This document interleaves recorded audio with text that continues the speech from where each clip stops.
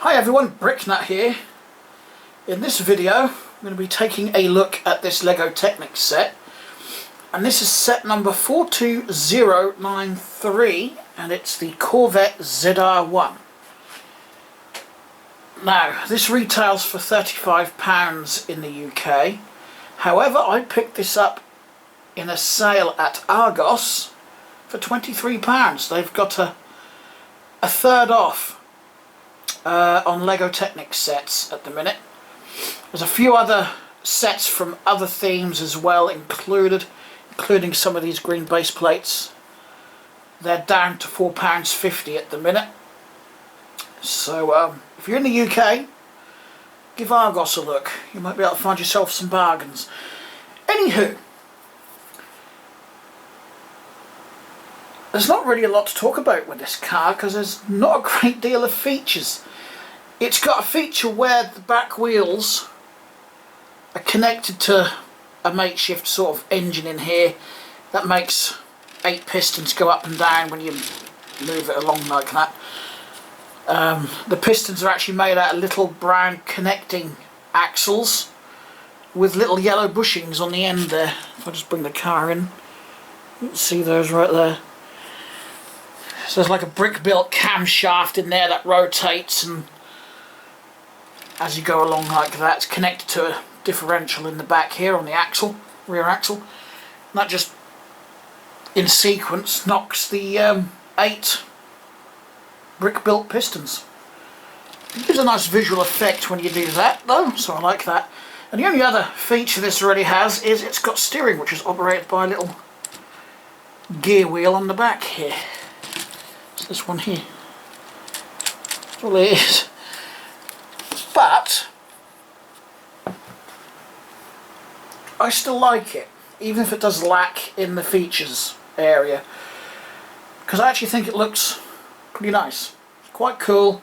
I think it's going to look nice on display. The build, it did take me quite a while. I can't remember the number of pieces off the top of my head, but it did take me, I think, at least 2 hours to build this.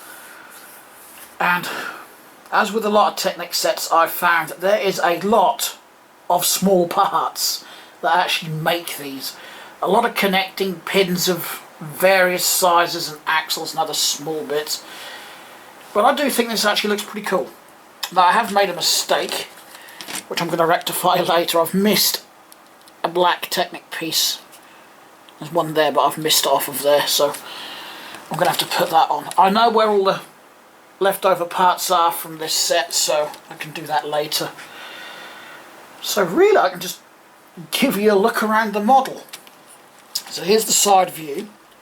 That is a sticker on the door, and there is one on the other side. I think there's about half a dozen stickers on this.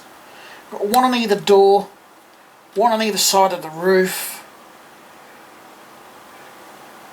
ZR1 stickers on the hood bit here, and one down the middle plus one on the back. So what's that? 2, 4,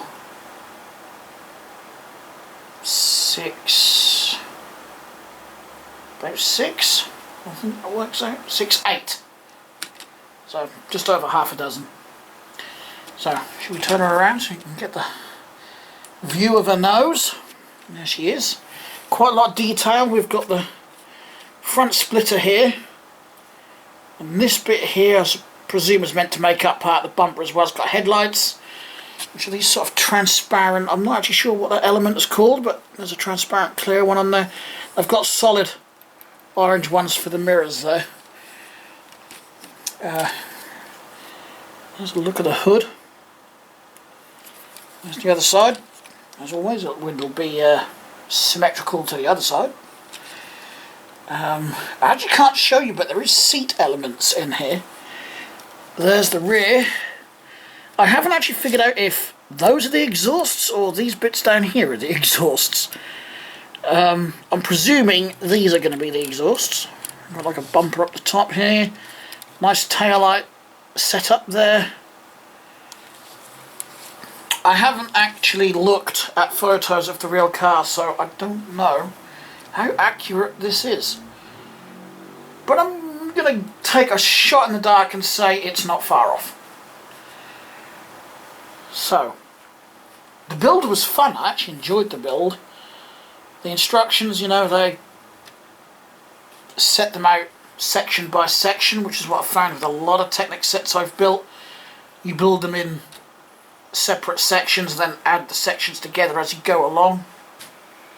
So I'll just bring in the manual. See if I can find an example in the manual.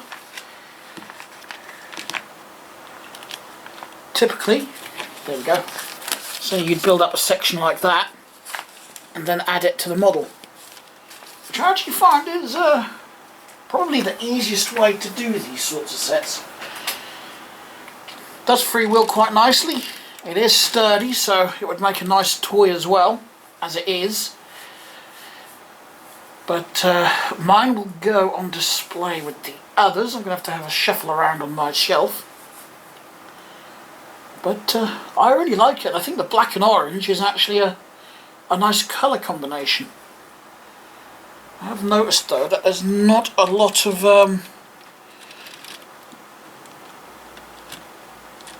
I can't remember what they call it, but not a lot of movement in the wheels to steer. But I think it's just down to the lack of room in there. But it works, that's the main thing, it works. It's not a negative point on the model. Just something I'd noticed. But yeah, I actually quite like it. I think maybe some opening doors would have been nice, just an extra little feature, but yeah, I'm not really sure what features you would add on this, really. I suppose you could change the engine. So you actually had the little transparent blocks, perhaps with the yellow pistons in. I suppose you could change that if you wanted to. But actually I quite like that. But yeah, anyway, just a quick look at this, because there really is not a lot to talk about with this.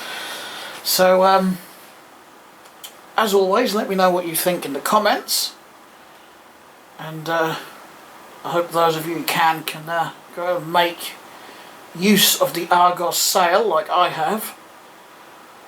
If I had the spare cash, I would have had a lot more sets, but unfortunately I don't.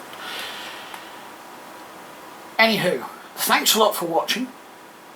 Don't forget to like, and if you want to, feel free to subscribe, and I will talk to you all in the next video. Bye!